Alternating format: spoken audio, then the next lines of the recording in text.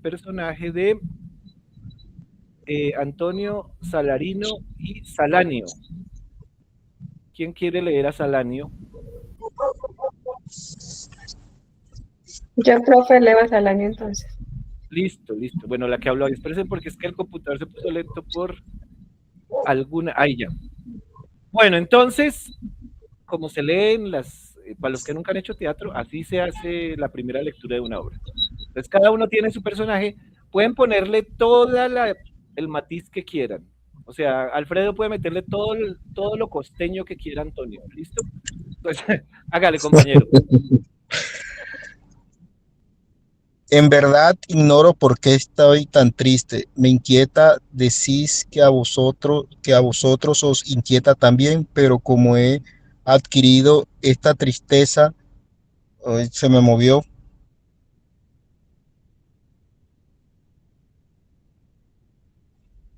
Esta Ya, tristeza tropezando o encontrando con ella, de qué sustancia se compone, de dónde proviene, es lo que no acierto a explicarme y me ha vuelto tan, pero un tico, sino que estoy desde el celular, y me he vuelto tan pobre de espíritu que me cuesta gran trabajo reconocerme.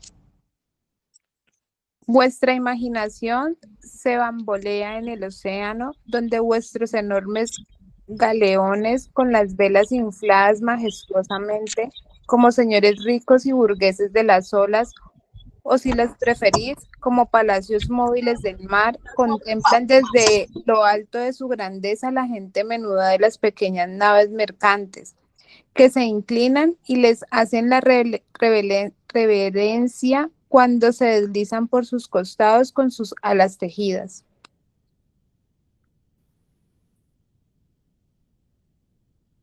¿Quién es Salanio? Creedme, señor, si yo corriera semejantes riesgos, la mayor parte de mis afecciones se hallaría lejos de acá, en compañía de mis esperanzas. Estaría de continuo lanzando pajas al aire para saber de dónde viene el viento.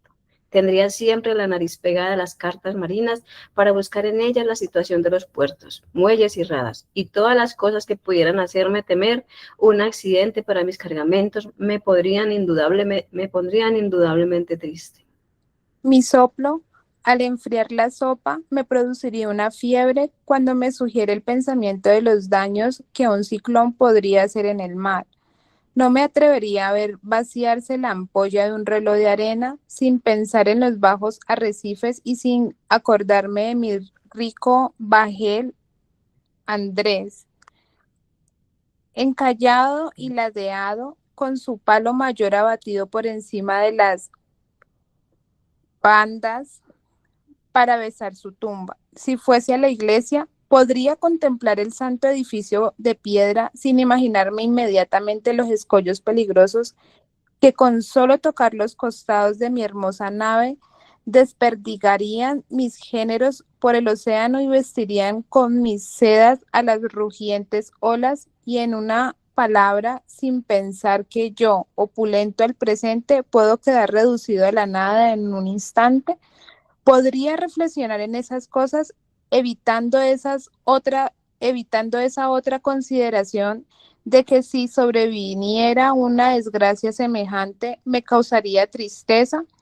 Luego, sin necesidad de que me lo digáis, sé que Antonio está triste porque piensa en sus mercancías.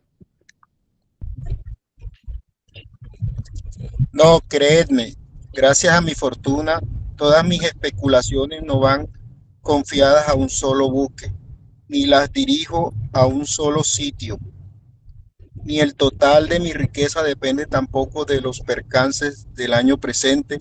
No es por tanto la suerte de mis mercancías lo que me entristece.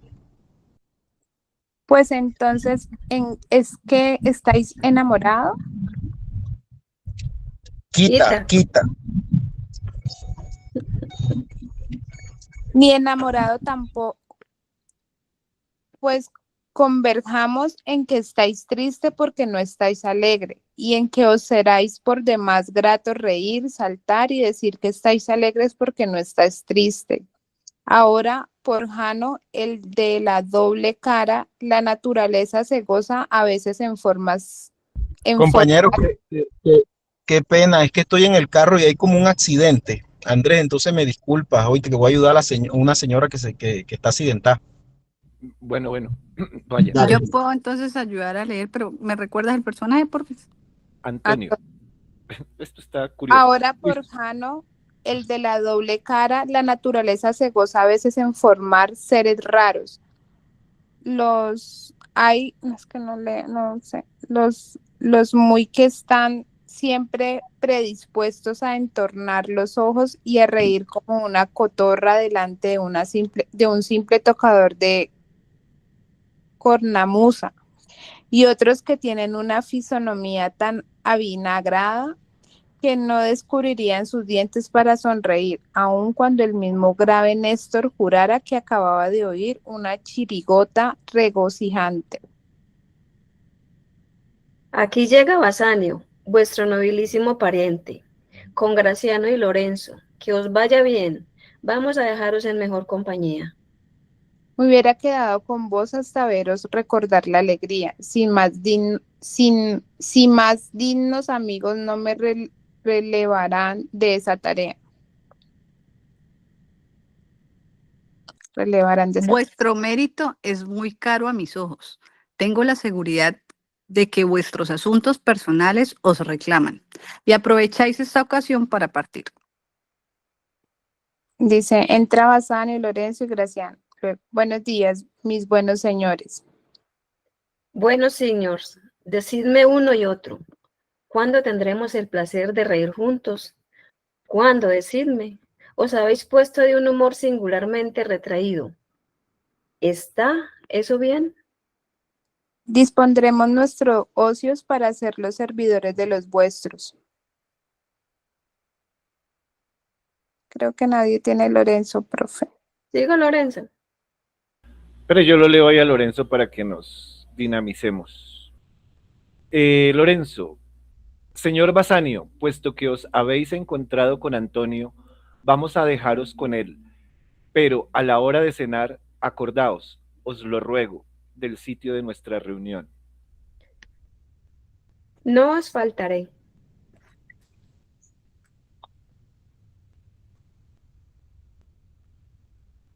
¿Nadie tiene Graciano?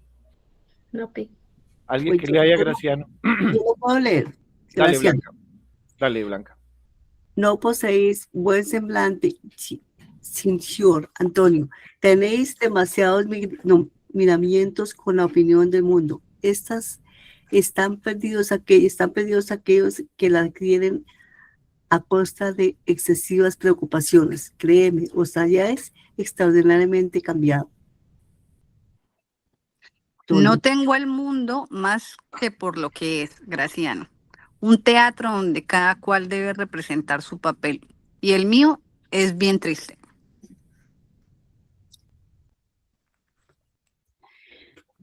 Graciano, representé yo el del bufón, yo las arrugas de la vejez, que las arrugas de la vejez vengan en compañía de jubilo y de la risa, y que mi hígado se caliente con vino antes que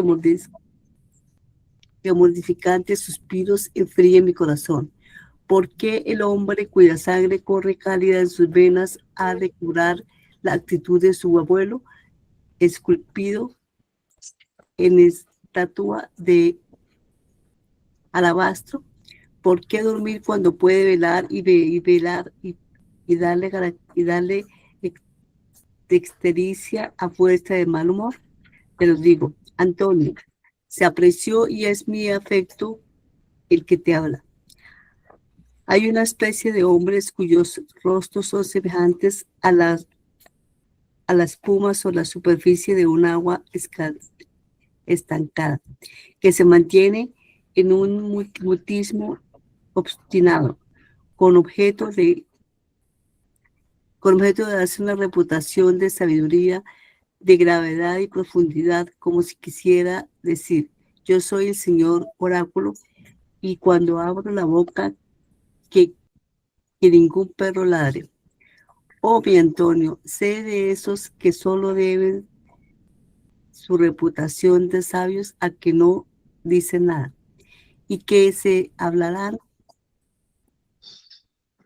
inducirían, estoy muy cierto, a la condenación a aquellos de sus oyentes que se incluirán, que se inclinan a tratar a sus hermanos de locos. Te diré más sobre el asunto en otra ocasión, pero no vayas a pescas con el anzuelo de la melancolía, ese gobio de los tontos. La reputación, venid, mi buen Lorenzo, que lo paséis bien. En tanto, acabaré mis exhortaciones después de la comida. Lorenzo. ¿Quién es Lorenzo? ¿Soy yo? Sí. Ah, Bien. bien, bien. Os dejaremos entonces hasta la hora de comer. Yo mismo habré de ser uno de esos sabios mudos, pues Graciano nunca me deja hablar. ¿Quién es Graciano? Yo soy Graciano, ¿cierto? Ah, yo Sí. soy Basanio, no, yo soy Basanio. Gracias, ¿no soy yo? Bueno, Sí. dale, dale, Bien, Blanca. hazme compañía si quieres los 2 años y no conocerás el timbre de tu propia voz. Adiós. Esta conversación acabará por hacerme charlatán. Graciano, tanto mejor, a fe mía, pues el silencio no es recomendable más que en una lengua de vaca ahumada y en una doncella que no pudiera venderse. Salen Graciano y Lorenzo. ¿Todo Antonio, eso tiene algún sentido? Graciano es el hombre de Venecia que gasta la más prodigiosa cantidad de naderías. Su conversación se asemeja a 2 granos de trigo que se hubiesen perdido en 2 fanegas de paja.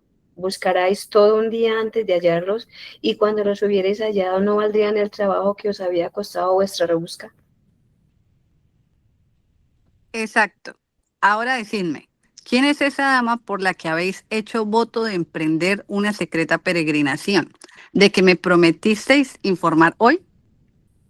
No ignoráis, Antonio, hasta qué punto he disipado mi fortuna por haber querido mantener un boato más fastuoso del que me permitían mis débiles medios. No me aflige verme obligado a cesar en ese plan de vida, sino que mi principal interés consiste en salir con honor de las deudas enormes que mi juventud, a veces demasiado pródiga, me ha hecho contraer. A vos es, Antonio, a quien debo más en cuanto a dinero y amistad, y con vuestra amistad cuento para la ejecución de los proyectos y de los planes que me permitirán desembarazarme de todas mis deudas. Os lo ruego, mi buen Bazán, hacédmelos conocer. Y si se hallan de acuerdo con el honor que sé os es habitual, tened por seguro que mi bolsa, mi persona, mis últimos recursos, en fin, estarán todos a vuestro servicio en esta ocasión. En el tiempo en que yo era colegial, sí me sucedía perder una flecha, lanzaba otra. Si me sucedía perder una flecha, lanzaba otra de un alcance igual, en la misma dirección, observándola más cuidadosamente, de manera que descubriese la primera y así, arriesgando dos, encontraba a menudo las dos. Pongo por delante esa reminiscencia infantil porque se acuerda muy bien con la petición llena de candor que voy a haceros. Os debo mucho y por falta de mi juventud demasiado libre, lo que os debo está perdido. Pero si os place lanzar otra flecha en la dirección que habéis lanzado la primera, como vigilaré su vuelo, no dudo que o volveré a encontrar las dos, o cuando menos podré restituiros la última aventurada, quedando vuestro deudor agradecido por la primera. Me conocéis bien y por tanto perdéis vuestro tiempo conmigo en circunloquios.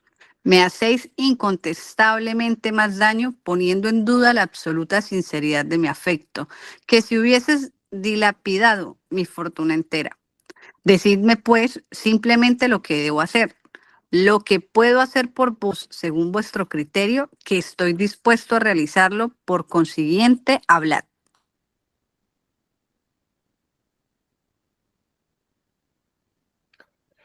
Hay en Belmont una rica heredera, es bella, y más bella aún de lo que esta palabra expresa, por sus maravillosas virtudes. Varias veces he recibido de sus ojos encantadores mensajes sin palabras. Su nombre es Porcia.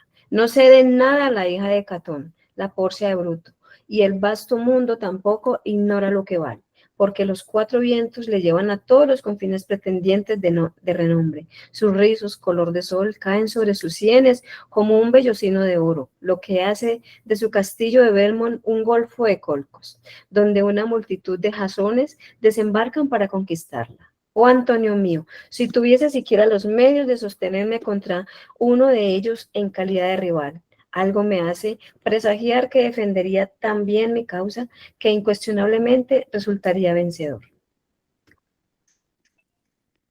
Sabes que toda mi fortuna está en el mar y que no tengo ni dinero ni proporciones de levantar por el momento la suma que te sería necesaria. En consecuencia, inquiere, averigua el alcance de mi crédito en Venecia. Estoy dispuesto a agotar hasta la última moneda para proveerte de los recursos que te permitan ir a Belmont, morada de la bella Porcia. Ve sin tardanza a enterarte dónde se puede encontrar dinero. Haré lo mismo por mi lado y no dudo que lo encuentre, sea por mi crédito, sea en consideración a mi persona. Bueno, listo. Gracias a los lectores y las lectoras. Espero que Alfredo no haya sido el que haya atropellado a la señora por andar leyendo. Y bueno, leer teatro es un complejo y leer a Shakespeare, pues uno dice, pues todas esas palabras del isabelino. Recuerden lo que hablamos hace 15 días en la introducción. Él es el bardo de Avon porque él es el papá del lenguaje británico, es decir, Shakespeare es el que pone de moda el lenguaje, pues lo hace popular, porque antes no se manejaban ciertos niveles de palabras. Bueno, ¿quién se hizo una idea de algo en esta escena? A ver, ¿alguien se hizo una idea de algo como que le dice, esto me suena a esto o me suena a aquella cosa? ¿Alguno de ustedes dijo, entendí tal cosa o no entendieron nada? Que eso también es válido. Yo lo que entendí es que Antonio era un hombre rico que pedía préstamos para ayudar a su amigo Basanio, ¿sí? Creo que quería ayudar a su amigo Basanio para que conquistara a la rica Porcia. Muy bien, Blanca. Me gusta eso que te pillaste ahí, que pedía préstamos. Eso es fundamental. Aunque él era rico porque según él tenía buques en el mar, tenía riqueza en el mar. De eso vivía, ¿no? Me da la impresión de que era parte de su negocio. Sí, claro, estamos en Venecia. Sí. Estamos en Venecia, estamos en un puerto, estamos en una ciudad que vive del comercio, que transpira comercio, ¿sí? Y que nos invita a entender el comercio. Gracias, Blanca. ¿Algo más que decir? ¿Alguien más quiere decir algo? ¿Qué entendió, qué vio por ahí, qué sabe de esto con relación a los préstamos? Aquí vale la pena aportar de todo. Profe, la profunda amistad que hay entre Basanio Antonio y Salanio.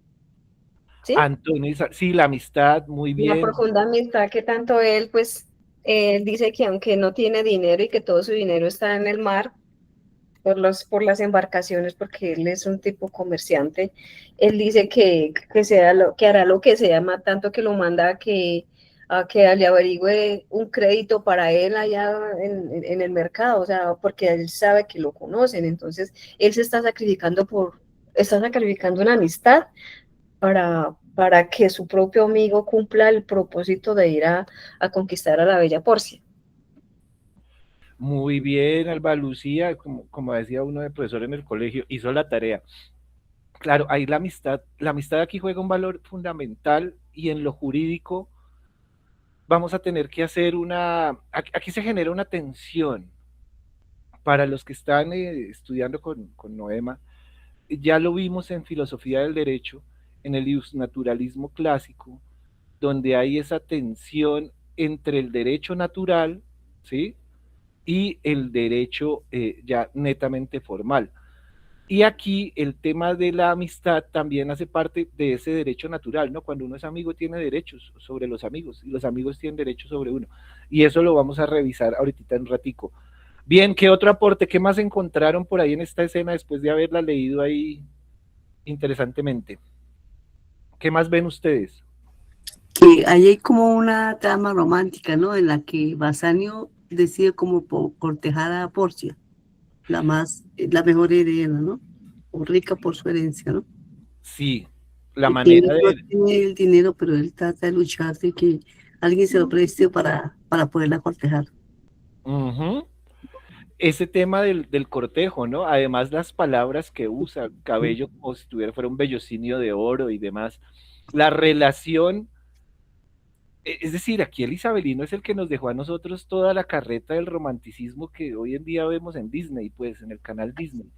Pero es el amor romántico, ¿no? Es ese amor de... Que, por ejemplo, ahorita está de moda en Cumbres Borrascosas, con la película esta que salió. Yo no sé si ustedes ya leyeron ese libro, pero eso es o sea, eso es la versión del amor, pues, más luchado, pues, que cualquier otra cosa, que las elecciones de este país. Entonces, en ese orden de ideas, el romanticismo, el amor romántico, no el romanticismo, sino el amor romántico, tiene su espacio aquí también en el mercader. ¿Qué otras cosillas? Vamos bien, así me gusta que hablen. Siang, ¿qué ibas a Como hablar? sí, pues él empieza con que Antonio tiene una tristeza que él no sabe por qué la tiene, o sea, y le da a uno como esa incertidumbre de si es por la bella persa, porque el amigo le está contando esa situación, o también porque él dice, tengo toda mi riqueza dentro del bote, no tengo nada, lo llevé, o sea, todo está allí y no cuento con nada, ¿sí? Entonces ya el amigo tratando de querer conquistar a la bella persa y sabiendo que hay muchos que están también detrás de ella, pero que él quiere intentarlo y que pide la ayuda de su amigo, pero todos también ahí inquietados porque no se sabe cuál es la tristeza que tiene Antonio, ¿sí? Entonces le increpan para que él cuente por qué es por una mujer, es por qué tienes. Muy bien, Siang. Sí, muy bien. Le da. Ya ahí arranca el proceso hermenéutico de la escena y en sí del libro. ¿Por qué? Porque Siang le pega algo muy interesante y lo encuentra muy claro. En verdad ignoro por qué estoy tan triste, es lo que no acierto a explicarme. Cuando uno está en ese momento de estado de ánimo, de que no tengo ni idea por qué es que estoy triste, ¿sí? Aquí Shakespeare, si lo miramos de una manera bien hermenéutica, nos dice que esa tristeza no es un estado de ánimo únicamente, ¿no? Es un presagio. En la tragedia, ojo, y en la tragicomedia de Shakespeare, la melancolía injustificada suele anticipar un destino funesto. ¿Se acuerdan de esa escena? Romeo, Romeo, ¿dónde estás? Que no te veo, ¿sí? Aquí pasa lo mismo, eso es en, ¿cómo es que llama esa? Romeo y Julieta. Y aquí Antonio siente el peso de un sacrificio futuro, ¿sí? Y antes de que pase algo, ¿no? Aquí va, o sea, antes de que entremos pues en lo normativo. Y dentro de ese mismo proceso, el mar, el mar es un inconsciente, ¿no? Ustedes hablaban ahí de esto, de la relación con el océano y el comercio.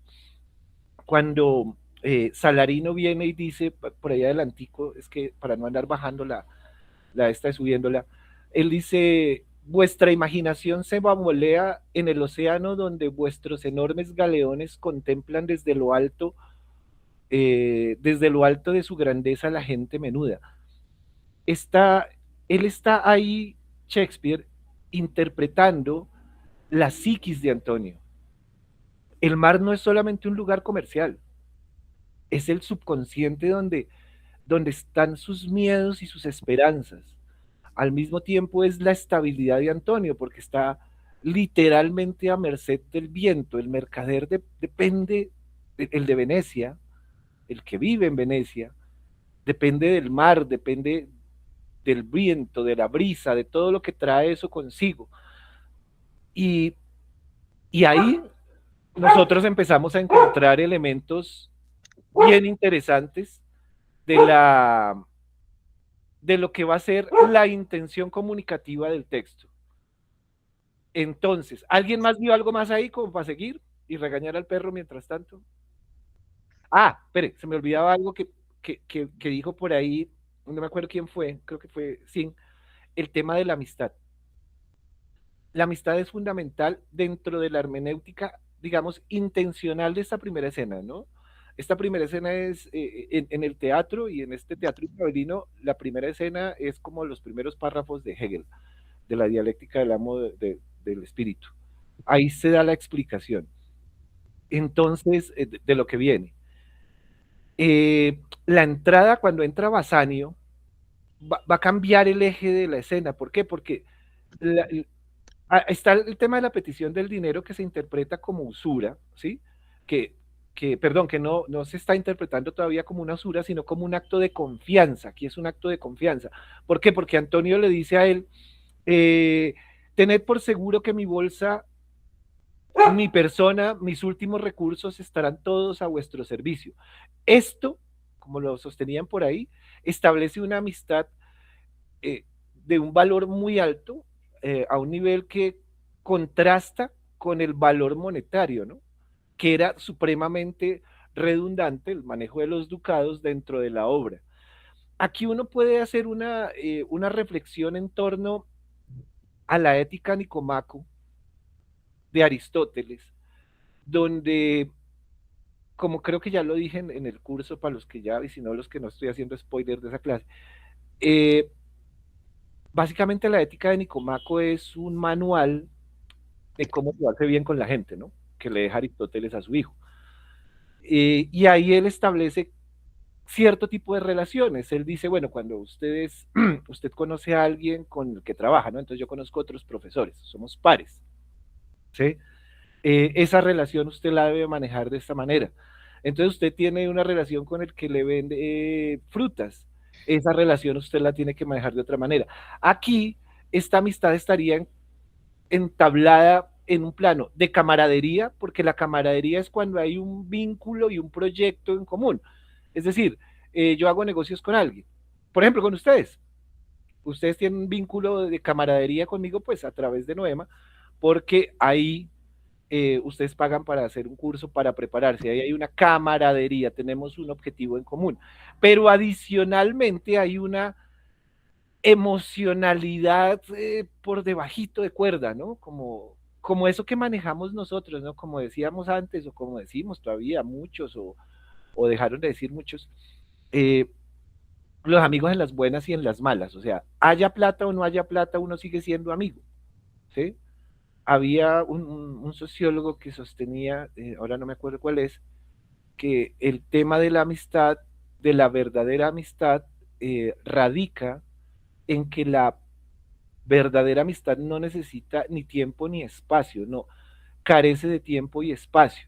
Es decir, cuando uno tiene unos amigos, verdaderos amigos, uno puede pasar 6 años, 6 meses, 6 días sin verlo, ¿sí? En el mismo espacio y compartir el mismo espacio y no deja de ser amigo. ¿Sí? Vaya usted, deje 6 meses a la novia, para cuando vuelva ya tiene otro. ¿Listo? Eso en cuanto a la amistad. Eso es lo que nosotros podríamos estar diciendo acá de esta primera escena. ¿Qué más vieron por ahí? ¿Algo que quieran acotar? ¿Que hayan encontrado? Profe, Señora. la ambición de Bassanio. Aunque Bassanio era un aristócrata, ¿cierto?, de Venecia, él, al parecer, él era un derrochador de sus propios bienes, ¿cierto? Y tenía aspiraciones demasiado altas de ir a conquistar a esa bella mujer para quedarse precisamente con esa herencia que el padre le había dejado a la bella, ¿cómo se llama ella? Portia. A eso, a la bella Porcia. Me parece que es muy ambicioso. Porque Porcia suena imagínate, como a porcino. solamente Portia. presta el dinero para ir a conquistar. Pero eso hace uno, Alba Lucía, que los señores de acá que digan que no, uno no queda más endeudado cuando quiere salir con una chica. Entonces, toca pedir plata prestada, eso nunca está Pero, dentro del presupuesto. Pues que Señora, habla. eso es como el que va a fiar mercado, prácticamente, ahí es un riesgo. pero ahí está la amistad, la buena amistad, ¿cierto? Porque Antonio se endeuda o Antonio se compromete a prestarle la plata a Basanio, a lo que le quiera ayudar para que él se vaya, se corte a Porcia, ¿no? Sí, Para que él Blanca. se haga, ¿cierto? Y ojo, sí, y ojo que aquí es muy importante esto.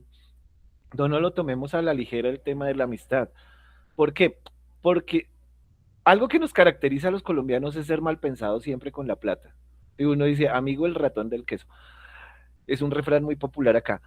Pero en esos tiempos era pues más complicado, más el lugar. Por eso hablamos de dónde es que están ubicados estos manes y esta gente y esta historia, porque es que ellos están ubicados.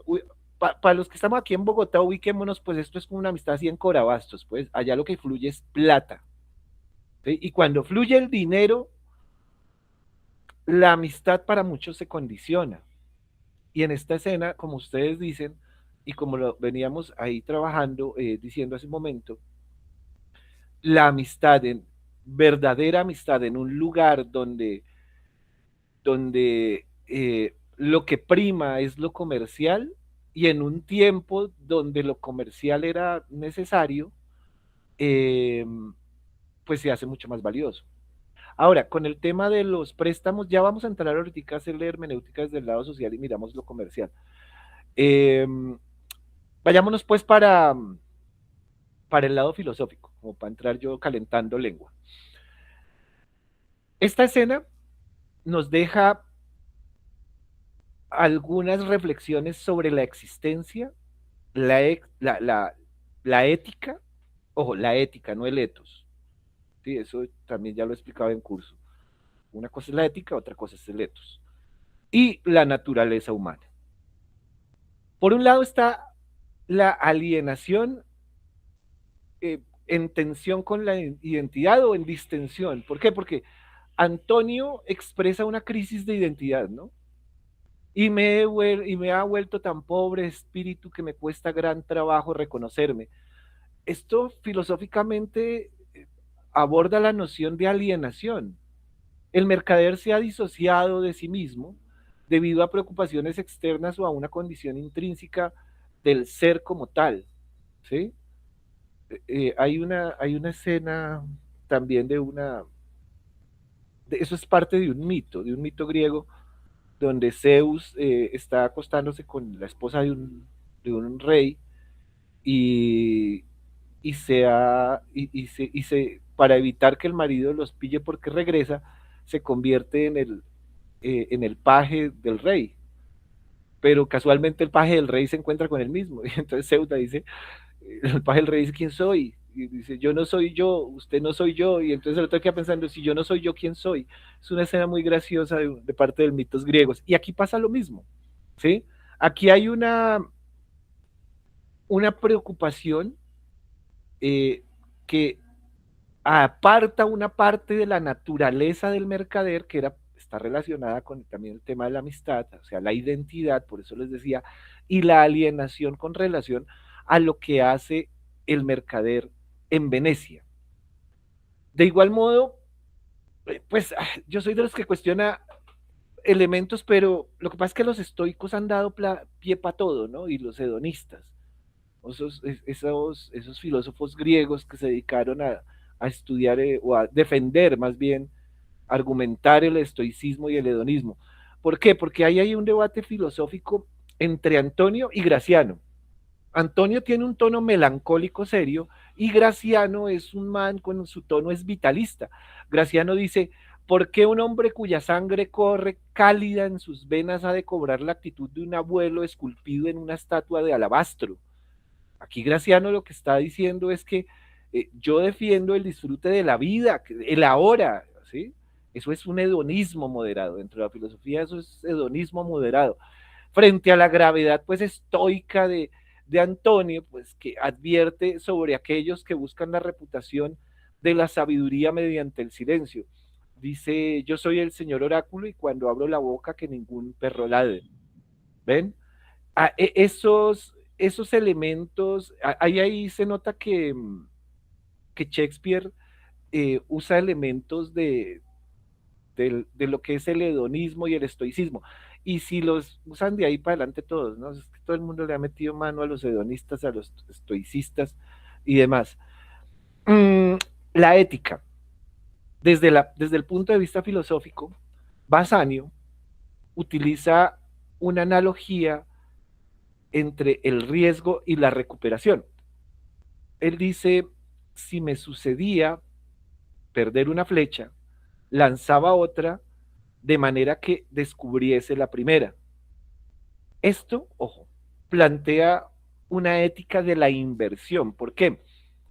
Porque arriesgar más para salvar lo perdido es una justificación moral para contraer nuevas deudas, que era lo que estábamos ahora como tomando ahí como medio jocosamente.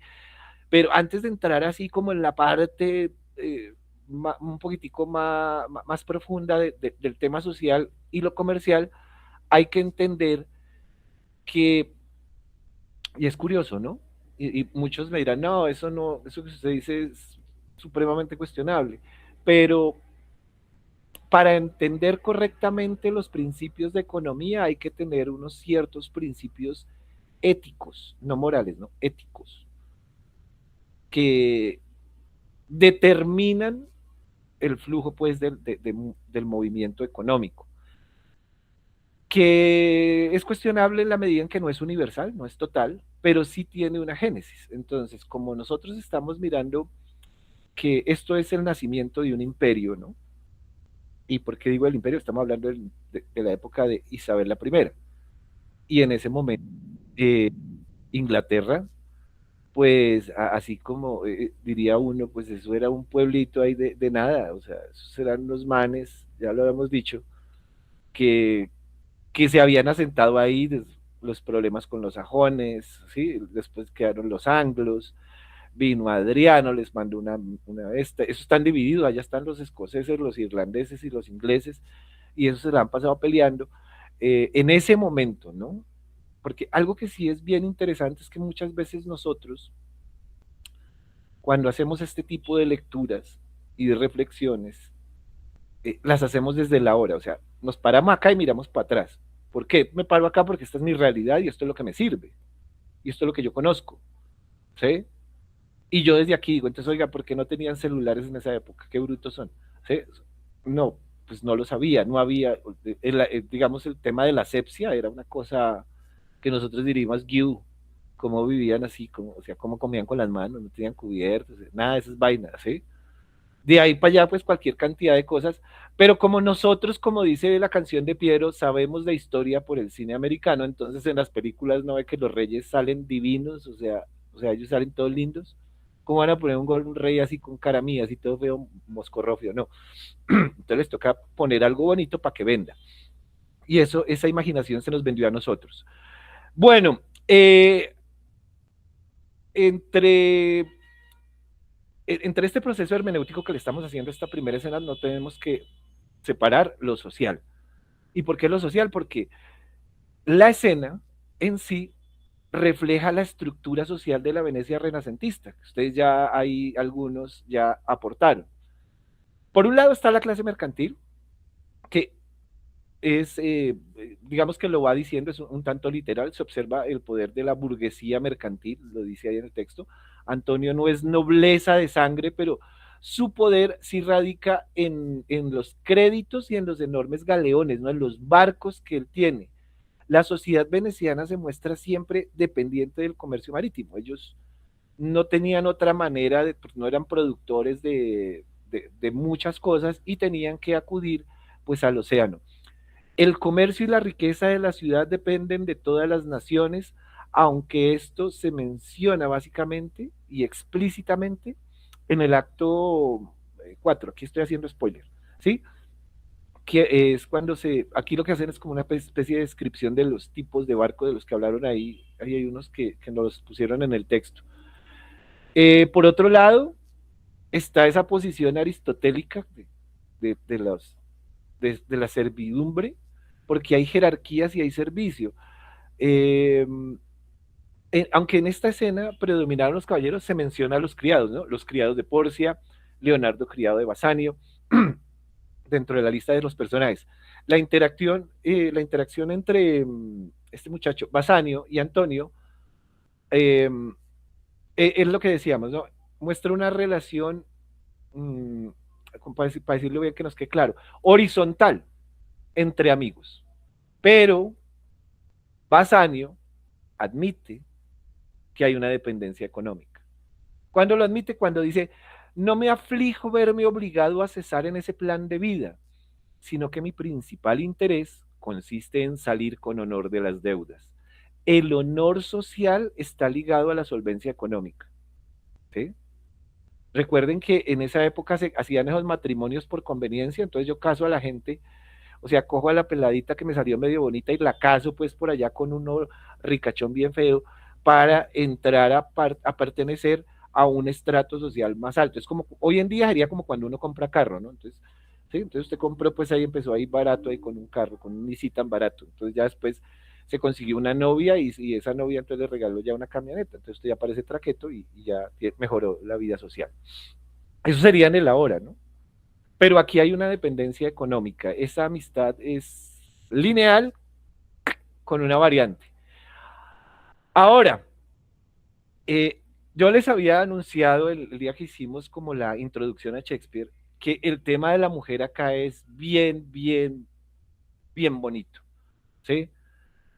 La manera en la que Shakespeare nos presenta a Porcia es muy interesante porque Porcia, como en el teatro, no se presenta a sí misma, sino que nos la presentan, ¿sí?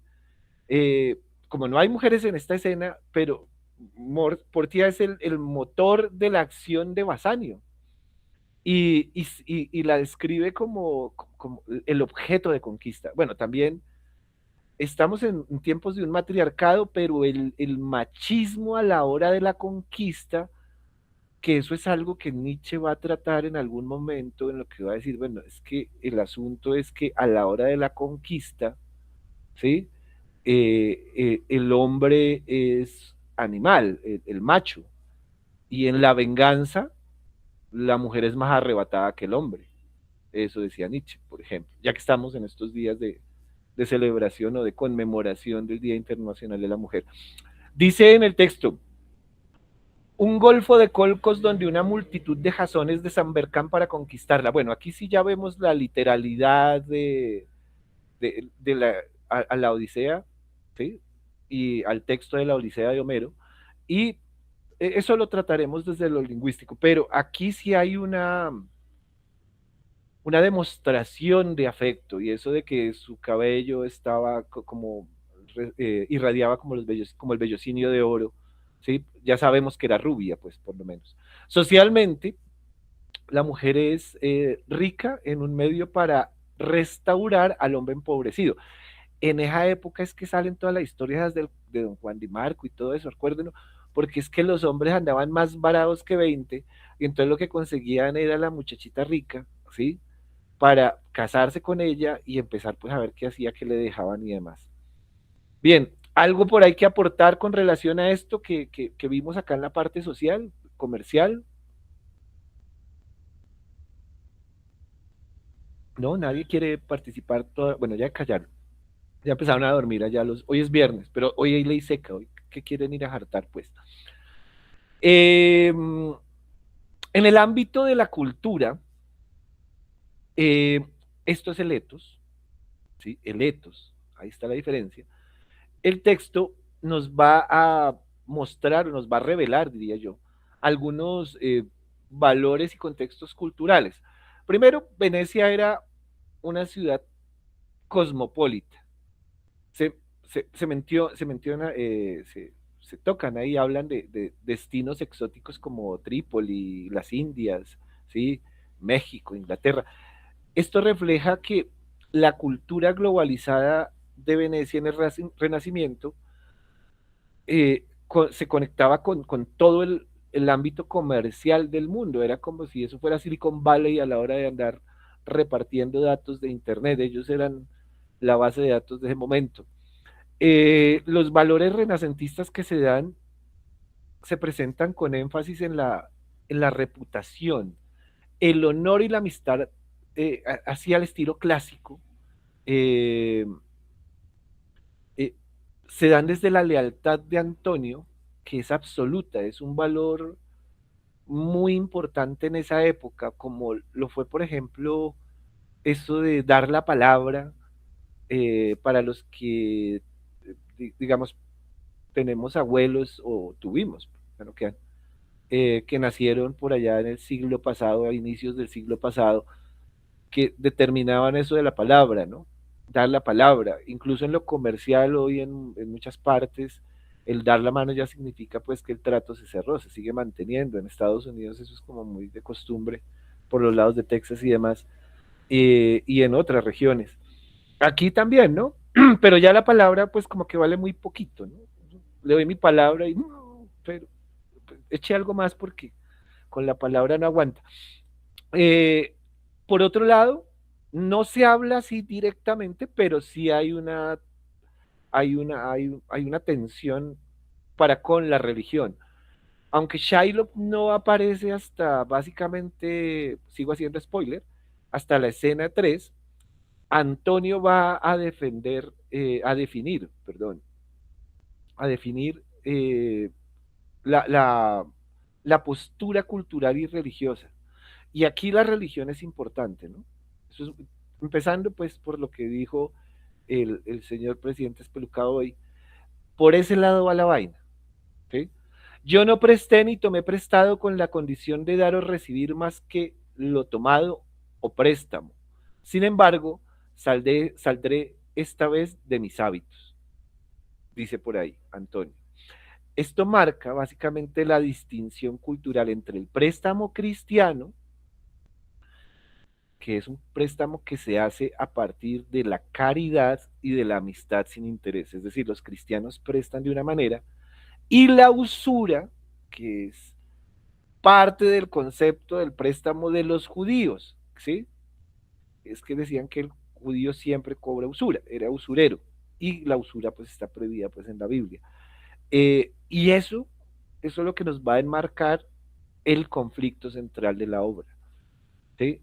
Y en lo jurídico nos va a plantear una cantidad de preguntas y de retos a la hora de hacer una traspolación al momento nuestro, ¿sí? Porque hoy por hoy, por ejemplo, en países como Perú en estos momentos que también andan en campañas, allá sí que es serio hablar de Dios en campaña, aquí lo pueden usar para todo lo que quieran, aquí usted puede disfrazar a un peladito de Jesucristo y llevárselo en campaña el domingo a repartir volantes y nadie le va a decir nada, ¿sí? O sea, no le van a meter una sanción, no lo van a meter preso, nada, eso en Perú sí, porque allá el concepto de país laico es mucho más, está mucho más, tiene mucha más jurisprudencia que en nuestro país. Eso sí es, los peruanos a eso sí le han botado mucha tinta. Y por último, en este ámbito cultural, en este ethos, pues notamos las relaciones o las referencias a la mitología clásica. Jano, el de la doble cara, dicen ahí que es el dios de la doble. Néstor, Colcos, ¿sí? Y los jasones, ya habíamos dicho. ¿Qué es lo que pasa acá? Recuerdan que hablamos de que el teatro era yo hice la analogía, era como hacer teatro en Abastos, pues, porque eso allá no, el teatro era para la gente que trabajaba en el puerto, ¿sí? Y la idea era más la comedia, para la gente ordinaria, no para la realeza. Pero los ricos, o los nobles más bien, no los ricos, sino los nobles, también tenían sus compañías teatrales, que fue donde se metió pues Shakespeare y terminó comprando teatro y demás. Lo repasan ahí en el video de hace 15 días. Entonces esto nos va a decir que había un público, una gente que conocía, o sea, esta obra que ya es de las últimas de Shakespeare, ya está diseñada para gente, es cuando él ya está escribiendo obras para el rey, ya para un público más elaborado. No como las primeras obras que eran un poquito más en la vulgata, en relación al léxico, para que se entendieran eso. Bueno, en ese orden, o sea, para entrar ahí pues como en esa línea del lenguaje, desde lo lingüístico, bueno, la metáfora abunda en Shakespeare y eso es lo que a veces le complica a uno cuando uno no maneja bien esto de las metáforas, pero hay mucha metáfora aquí hacia lo náutico, ¿no? Este lenguaje está empapado, impregnado, para usar, seguir como en la misma línea, de, de imágenes marinas. Antonio está triste porque, dice él, su imaginación se bambolea en el océano. Miren, eso es muy, muy bonito. O sea, es una ilusión como si a veces las ideas quedaran quietas cuando el cuerpo se mueve dentro de en el océano.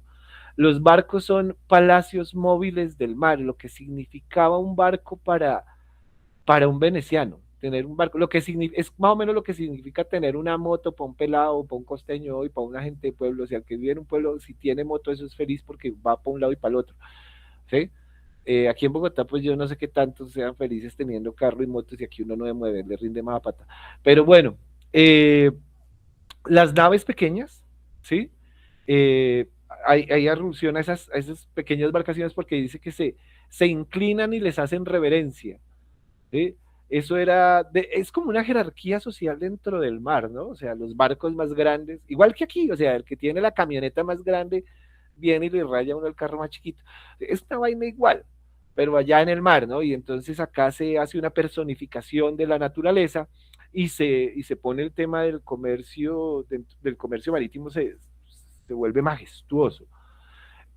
Hay básicamente un contraste retórico. ¿Por qué? Porque Antonio, Antonio habla con brevedad y pesadez, ¿no? No, creedme, quita, quita. Ese lenguaje escueto refleja su depresión. Y esto es importante, si usted algún día quiere montar la obra, ¿sí? Tenga en cuenta esto, porque el lenguaje es el que le da el ritmo a la narración. Esto es algo que creo que ayer lo tratamos en el curso del, de la convocatoria 028. Graciano, sin embargo, usa un lenguaje más prolífico, ¿no? El hombre está lleno de imágenes viscerales, ¿no? Que mi hígado se caliente con vino antes que mortificarme, que mortificantes suspiros enfríen mi corazón. Es decir, primero borracho que aburrido. Entonces su discurso es una cascada de palabras diseñada para animar. Ese es de esos amigos que donde llega aprende la fiesta. Es este Graciano. Y eso se da desde el lenguaje. Eh, ahí, más adelantito, va a haber una analogía que es muy interesante en el ámbito lingüístico, que es la analogía de la flecha. Cuando, cuando Bassanio emplea un símil educativo, ¿no? Porque él dice, en el tiempo en que yo era colegial, para visualizar o para suavizar, para que el otro visualice y al mismo tiempo la imagen visual eh, baje la tensión para él poder pedir dinero. Entonces, eh, desde lo lingüístico hay una transformación, hay una transición eh, desde la transacción financiera en un ámbito de elección moral, de elección de confianza, ¿sí? Es decir, y sí, eso lo tratamos ayer en clase, era el tema de cómo dentro del discurso, cuando yo quiero decir algo, ¿sí? Yo lo matizo. Por ejemplo, en estas pruebas a ustedes cuando les quieren saber si usted va a ser un juez corrupto, entonces le ponen ahí en el caso, en el enunciado, le plantea una serie de situaciones que a usted le pueden llamar la atención para ser corrupto. Entonces usted vuelve y responde sobre eso, ¿no? Digamos, me estoy yendo al extremo de que usted responda mal. En ese orden, aquí hay una transversalidad moral, y aquí de elección moral, más no de moral, sino de elección moral desde lo lingüístico.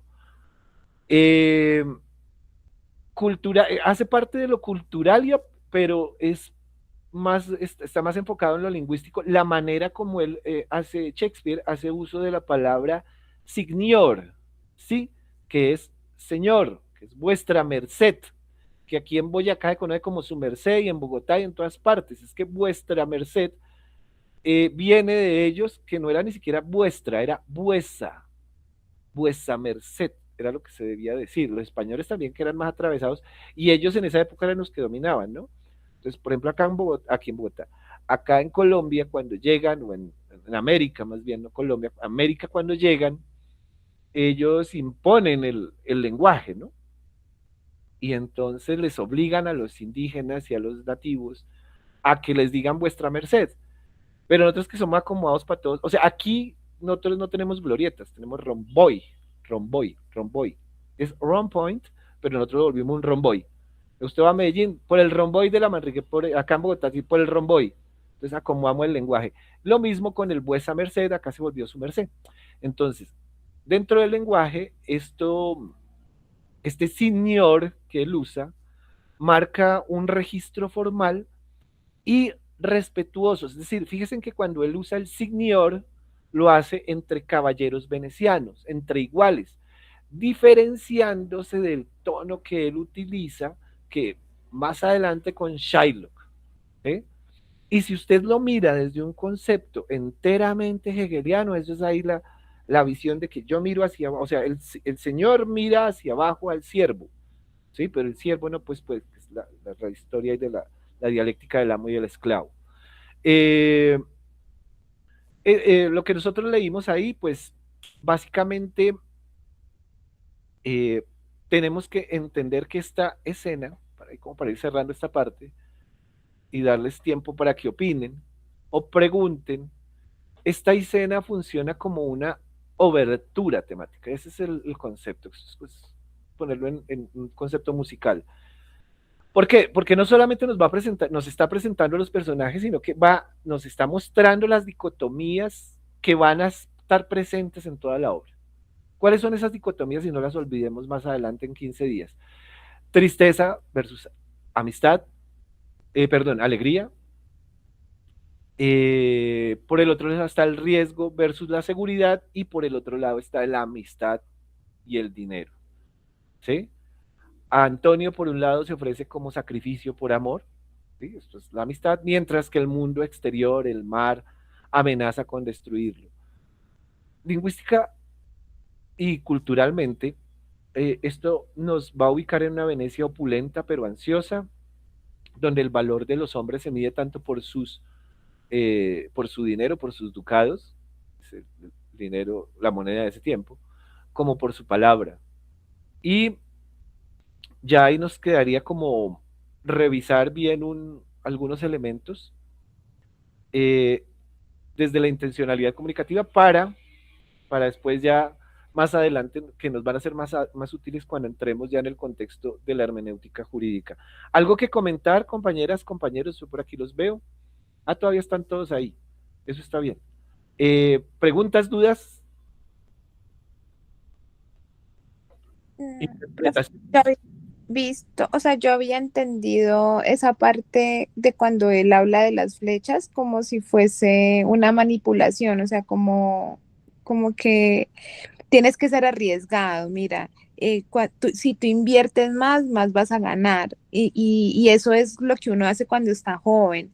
Entonces, yo lo había visto, era como que a Antonio viendo a su amigo de quererle colaborar y el otro aprovechándose, pues, como de manipularlo para que pues siga estando ahí con su amistad y que lo siga ayudando económicamente. Muy bien, sí, muy bien, Cian. Ahí tienes la razón. Está en la línea de esa interpretación. Es que eso va a jugar un papel importante.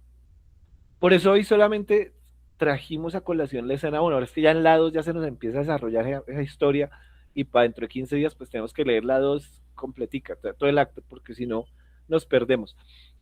El tema de las flechas si uno lo mira, eso es para los que más o menos estudiaron, conocen y tienen principios de economía.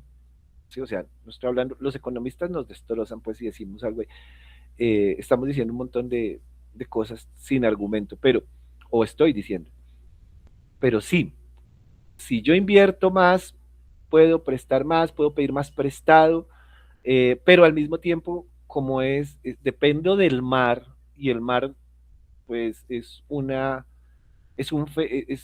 fenómeno natural para ellos, pues es inestable.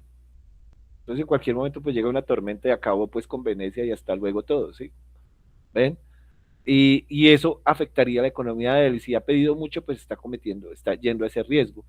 Pero también sí, píllate que ahí como es la parte en la que él va a pedirle plata prestada al otro, ¿sí? Que es que más adelante nos vamos a entender por qué fue que le dijo todo eso y acudió a la infancia y a la juventud. Ahí acude como también, no sé si lo dije, pero es que la amistad de los niños es de las más, bueno, perversas, porque los niños son perversos de alguna manera, pero es de las más diáfanas, ¿no? Los niños, cuando uno es niño, los niños no son mañosos, uno con los amigos ya grandes, incluso en el colegio, no es que uno tenga amigos por interés, pero sí se acerca uno a las personas por interés. Es decir, ya uno busca personas que estén ubicadas dentro de la misma línea de lo que yo quiero. Entonces, si yo era de los ñoños, pues busco a los ñoños y a los que les gusta estudiar. Si yo era de los vagos, pues busco a los vagos. Y ahí ya encuentro esa horizontalidad de la amistad. ¿Mm? Entonces, eso aquí tiene un papel relevante el tema de la amistad. Bien, gracias, Ian, por el aporte. ¿Quién más quiere aportar por ahí? Decir algo, compartir algo. ¿Se sintió enamorado, triste, decepcionado? ¿No? Para nada. Bueno,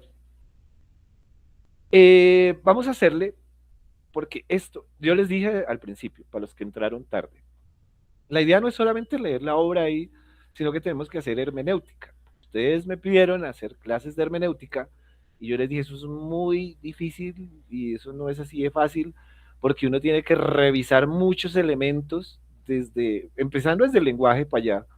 Pues aquí, pues yo que me metí en este lío con el Mercader de Venecia, son muchos elementos culturales y filosóficos, lingüísticos, que tenemos que tener en cuenta. No es hablar por hablar carreta y popó de lo que leímos o entendimos, no. Es primero ubicarnos, que ya acabamos de hacer como una ubicación muy general, muy cultural, muy de lo que dice el texto, y lo que acabamos de hacer es lo literal, pues, ¿sí? Lo que uno ve ahí leyendo. Ahora sí hagamos como una exégesis de la intencionalidad comunicativa del texto. Es decir, cómo los enunciados hacen más allá de lo que dicen, y en sí cómo Shakespeare construye una red de actos de habla que prefiguran los conflictos dramáticos y de alguna manera filosóficos de la obra, ¿no? Por un lado, está, y aquí no me puede faltar y siempre lo voy a mencionar porque es un tipo de la línea de la filosofía analítica, y es necesario, que es Wittgenstein, y bueno, también ahí lo revisé desde Austin, pero más me quedo con Wittgenstein. La intencionalidad comunicativa no está en la mente del que habla, sino en el uso contextualizado del lenguaje, dentro de un lenguaje específico. En esta escena en particular, Shakespeare despliega muchos, pero muchísimos registros comunicativos que, ojo con los términos que va a empezar a utilizar, que establecen contratos pragmáticos con el espectador. La obra no fue hecha, o sea, cuando este man la escribió, no la escribió para nosotros, para que en el futuro él fuera recordado. No, él la escribió para los que estaban en ese tiempo ahí. ¿Sí? Y en el video pasado quedó claro por qué fue que escribió esta obra, para no devolvernos ahorita. Ahora, por un lado está el nivel intrapersonal entre Antonio y la crisis del decir. Él sostiene, y lo dijeron, lo citamos hace mucho rato porque es la primera línea, ahí está, creo que se alcanza a visualizar. En verdad ignoro por qué estoy tan triste, es lo que no acierto a explicarme. Primero hay una intencionalidad fallida ahí. Antonio declara su incapacidad para autoexplicarse. Si me voy a Hegel, aquí es una conciencia que no puede autoafirmarse. O sea, no se puede reconocer a sí mismo. Y si yo no me reconozco a mí mismo, ¿qué soy? ¿ven? Su acto de habla es expresivo, pero no es constativo, es decir, no comunica, no determina un estado afectivo sin, sin un poder fundamentarlo racionalmente.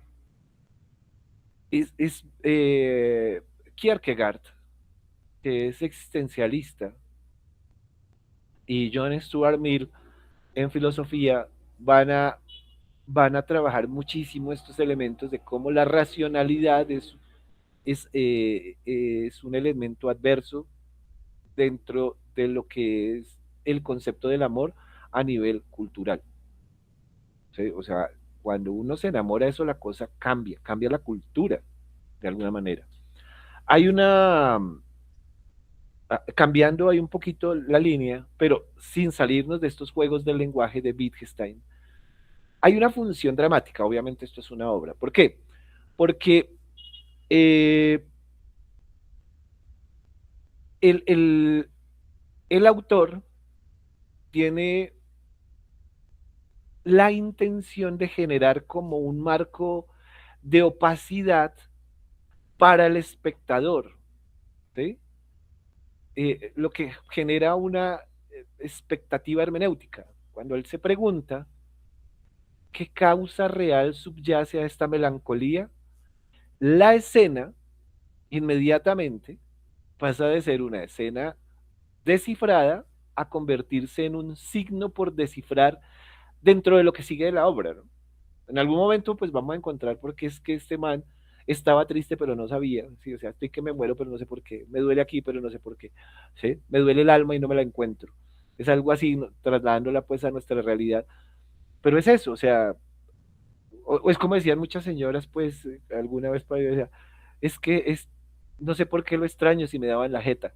O sea, es una vaina así, o sea, no sé por qué determino esa violencia y me hace falta, por qué me hace falta el otro, por qué estoy enamorado. Y de alguna manera, en esta exégesis del lenguaje, hay una, Antonio encarna la crisis del sujeto moderno, que no coincide consigo mismo. Me cuesta gran trabajo reconocerme. Diríamos aquí en la filosofía de los filósofos, es un postmoderno, o sea, se le acabaron los relatos, no hay grandes relatos, o sea, toda la historia fue para el carajo, ¿sí? Soy yo en medio de una nada, nada insignificante, muy a lo Gregorio Samsa Kafka, ¿no? Para que, no sé si se acuerdan cuando los que lo leyeron en en la primera parte, la primera hoja del libro prácticamente que se despierta siendo dándose cuenta que es un insecto. Para los que no lo leyeron, les estoy haciendo spoiler. Y cruzar la página, todo lo que tenía que hacer es una cosa muy curiosa. Ese lenguaje aquí de me cuesta gran trabajo reconocerme, muestra una decisión entre la experiencia vivida y la capacidad de narración que tiene Shakespeare, ¿sí? En ese momento de historia, por eso hicimos toda la carreta de 15 días. Ahora, la amistad aquí juega un papel de acto performativo.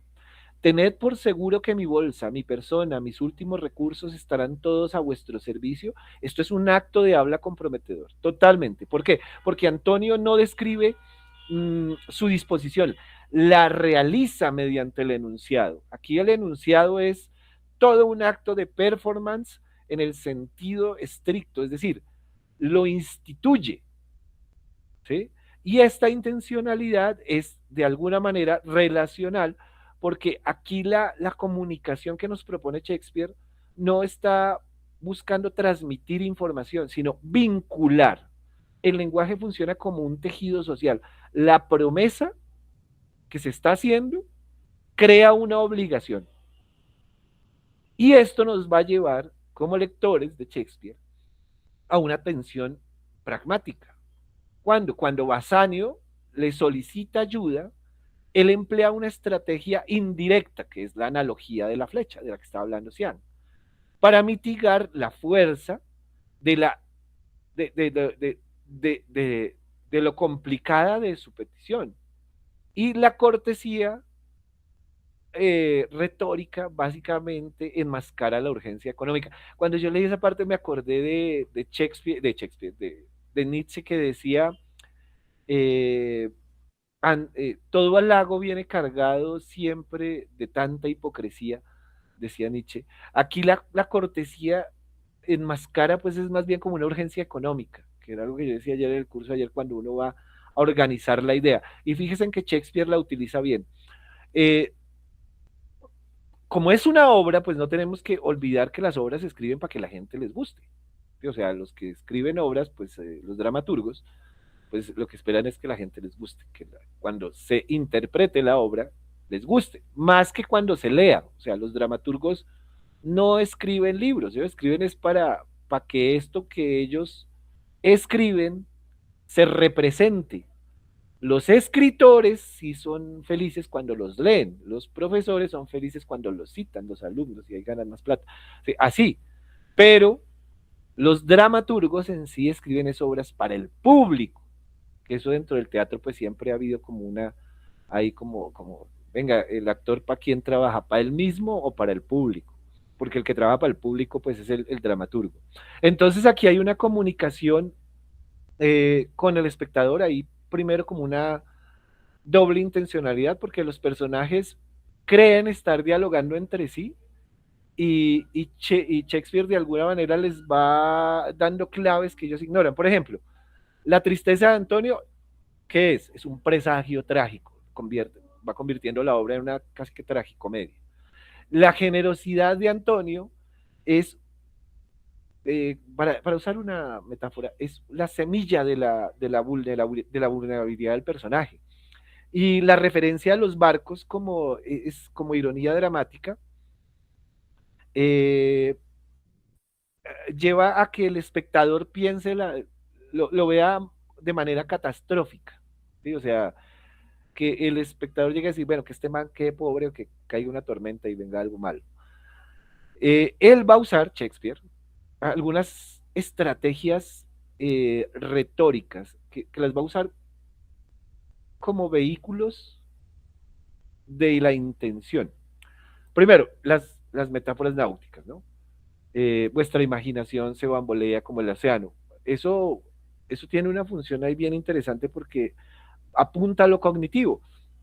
Ya se lo estaba yo comentando hace un rato, Salarino no describe los hechos, sino que reconfigura la experiencia de Antonio mediante las imágenes.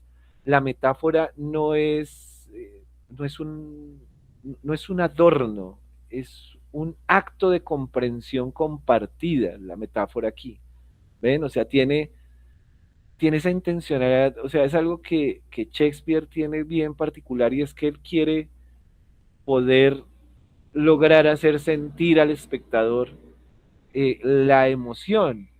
Y esa tal vez es su grandeza, porque un Shakespeare bien y hasta mal interpretado provoca eso, ¿no? O sea, nada más fíjense en que la expresión de Romeo, ¿dónde estás que no te veo? ¿Sí? Cuando nosotros la decimos, así no hayamos sino visto la película de DiCaprio, de Shakespeare, y no conozcamos mucho, se nos viene a la cabeza el amor. O sea, ¿dónde está el amor? ¿Sí? Eso nos lleva, esa es la magia de Shakespeare, esa función de, como dirían ahí, se nos metió en la cabeza el hombre con esa carreta. Y si uno se va a Hamlet con to be or not to be, that's the question. ¿Sí? Eso, entonces todo el mundo, ¿quién soy? ¿Ser o no ser? ¿Qué puedo yo llegar a ser? ¿Cómo le han sacado memes? ¿Le han hecho una cosa? ¿Le han hecho la otra? Pero sin embargo, si uno la dice así como respirando bien, lo pone a uno a reflexionar. Entonces, esto también se ve reflejado, esta narrativa, en esa transición, convierte a la narrativa como en una especie de diálogo filosófico, ¿sí? Cuando él, por ejemplo, dice, ¿por qué un hombre cuya sangre corre cálida en sus venas ha de cobrar la actitud de su abuelo esculpido en una estatua de alabastro? Pues primero, aquí hay un acto de habla exhortativo. ¿Por qué? Porque Graciano no argumenta para convencer racionalmente. Busca transformar la disposición anímica de Antonio, manejarle el discurso, le manejo la psiquis. Y al mismo tiempo, hay una crítica a la comunicación vacía, ¿Por qué? Porque dice en un momento, solo deben su reputación de sabios a que no dicen nada. Aquí Shakespeare básicamente reflexiona sobre la relación, y ojo que esto es bien importante, entre el silencio, la reputación y la autenticidad de esa comunicación. Y esto, pues yo sé que no está dentro del contexto, pero va a tener un referente en una cultura, bueno, un grupo cultural muy importante como es la mafia, ¿sí? Esta parte del silencio, de la reserva, eso después va a ser tomado, y estamos hablando de italianos, ¿no? O sea, es que ellos nacen desde por allá. Entonces, ojo con eso. Ahora sí, yo diría que para que le quede claro a Cian y que nos quede claro a todos, desde la exégesis aquí, la interpretación más profunda, la analogía de la flecha, qué es lo que quiere decir? Si me sucedía perder una flecha, la avanzaba otra, de manera que descubriese la primera. Primero, hay una intencionalidad persuasiva encubierta.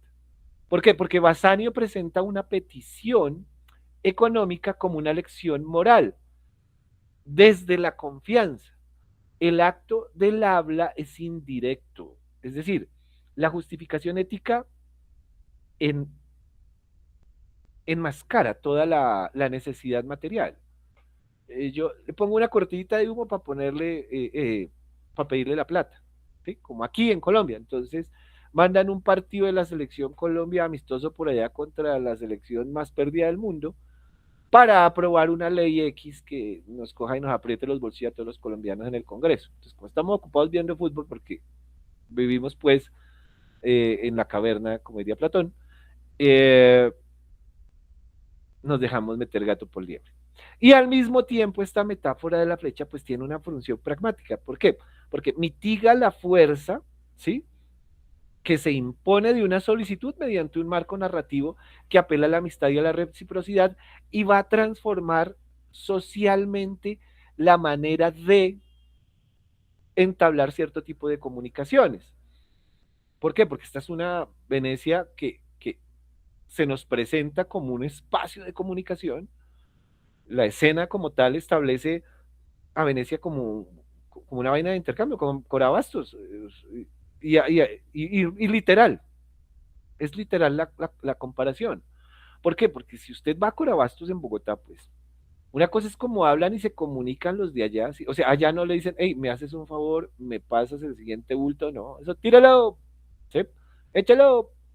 Ese es el lenguaje y allá no hay que pedir el favor para hacer mucho ese tipo de cosas. En cambio, si usted está en la oficina, en la fiscalía, ¿sí? Entonces, para pedir un borrador, usted le pasa el borrador. No, por favor, doctora, me pasa el borrador. O sea, hay un juego discursivo entre nosotros muy diferente, pero se dan estos pequeños guetos, estos espacios comerciales, y esto es un gueto aquí, porque Shakespeare nos lo muestra como un gueto. Y de alguna manera, pues, él hace en esta primera escena una mención a varias rutas comerciales y nos muestra una cosmovisión más grande de Venecia. Y por último, yo diría así, como ya como ir cerrando, lo que queda, como para dejar abierto ahí el tema, que es la tensión entre la ética cristiana y la lógica mercantil. Yo no presté ni tomé prestado con la condición de dar o de recibir más de lo que lo tomado a préstamo. Ahí hay una identidad en el acto del habla de Antonio, porque él pone la ética mediante una negación, o sea, muestra sus principios éticos a partir de una negación. No es un enunciado que describa, sino que pone fronteras morales. ¿Sí? Básicamente su discurso, este soy yo, Antonio, llego hasta ahí. Bueno, o sea, yo no lo voy a robar a usted, yo le soy honesto, así tenga que pedir por otros lados, pero con usted voy a ser muy honesto. Y cuando él declara, saldré esta vez de mis hábitos, Antonio va a comunicar, sin darse cuenta básicamente, su entrada en la lógica del otro, la del contrato, la de lo penal, ¿sí? Que es lo que va a regir como línea también central de esta obra. Bueno, entonces, por un lado tenemos una intencionalidad a nivel intrapersonal, desde generar misterio y empatía, con la parte de no sé por qué estoy triste. Hay una interpersonal, que es una vinculación mediante promesas, entonces establecer la ética desde la amistad. Lo dramático irónico, el nivel dramático irónico que se da a partir de la intención de comunicación indirecta con el espectador, por el tipo de teatro que se hacía. Y está la parte cultural y política, donde se delimitan los valores éticos para prepararnos para el conflicto central. Bueno, en ese orden, nosotros, desde lo prejurídico, solamente tendríamos que quedar pensándonos por ejemplo, en las frases como: tened por seguro que mi bolsa, mi persona, mis últimos recursos estarán todos a vuestro servicio. Ahí hay Antonio describe, más bien intuye una obligación mediante el enunciado, desde una perspectiva bien jurídico-filosófica.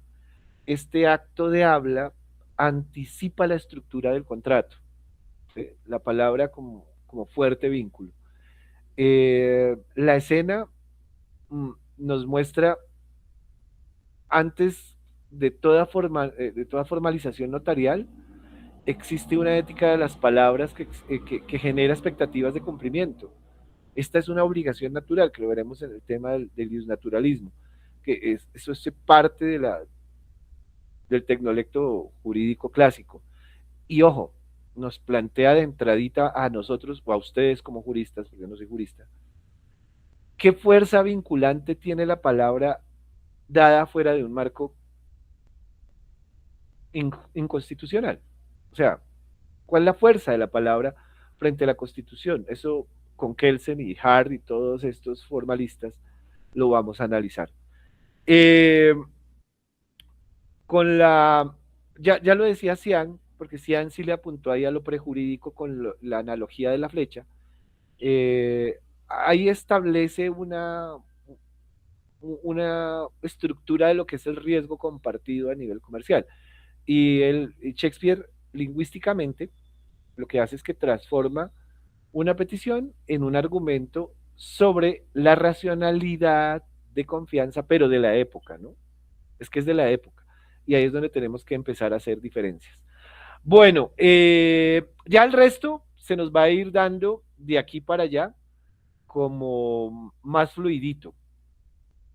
A mí me parece que lo bonito de esta escena es que Shakespeare